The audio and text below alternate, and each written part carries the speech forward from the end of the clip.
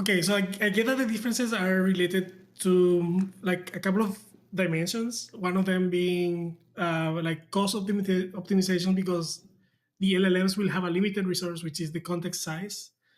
But also there is security. We don't want to be exposing tokens and so on to the LLM directly. And the ergonomics of the API that because the LLM is non-deterministic will it's sort of impossible to predict how well or how effective it will be every time at doing even the same sequence of API calls, for example.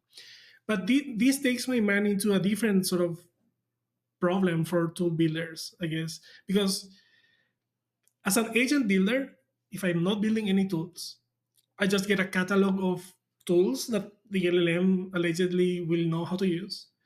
But what is the right or the correct granularity of the tools? Like I like the API they tend to be like very specific, very granular. What is the correct if I have a dial, I guess, from like, do something crazy that involves 200 API calls versus, closer to one tool per API call? Where is kind of like the sweet spot in this slider? So um, I think whatever is necessary to make the tool interface match the LLM's data model. Uh, Classic senior engineer response. It depends. it depends. Yeah, it depends. Perfect answer.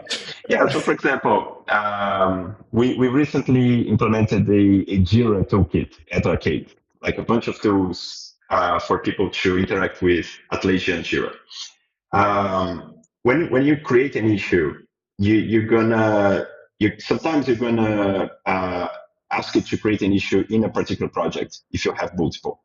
If you have only one project in your Jira account, you simply expect the LLM to create the issue in that project. But that's not how the Jira API works. They require you to provide a project ID. So what we do inside our tools, if the LLM does not mention any project, so the tool takes a project ID or project name argument. So the LLM can provide either of them, either the ID or the name of the project. If the LLM doesn't provide anything because the user did not mention it, we list the projects available in the user's account. If there is only one project, we use that one and simply create the issue there. If they have multiple projects, we come back to the LLM with a very descriptive error saying, hey, we need to ask the user in which project they want to create this issue.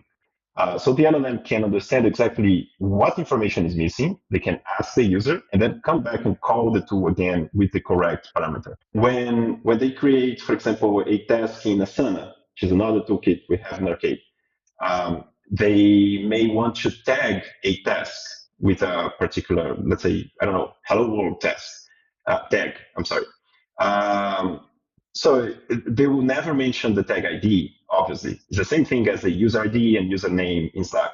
And if the tag does not exist and the user is mentioning the tag, inside our tool, we go ahead. If the tag does not exist, we create it, get the ID of the recently created tag, and then use this ID to create the new task or to tag an existing task with that ID. So inside our tools, we sometimes make like 5, 6, 7, 8 network requests to accomplish one action from the user and the LLM perspective. I don't think a tool would get to a point of like sending 200 network requests. I think that would probably be too many, but like close to 10 requests is not like super weird to have in one single tool call. Yeah, I feel like the reason why tool or tool calling is such an overloaded term is because it does depend on each individual case. In one case, you could have a tool that just reads a single cell inside of a spreadsheet, and that could have less of a scope than the API endpoint that was called. But then, in theory, you could have a whole agent as a tool, uh, because at the end of the day, a tool is a function in code, and a function in code can do anything. It can call out to one external service, no external services, hundreds of them or thousands of them. It could be long living, it could be short lived. It could spin off its own daemon processes.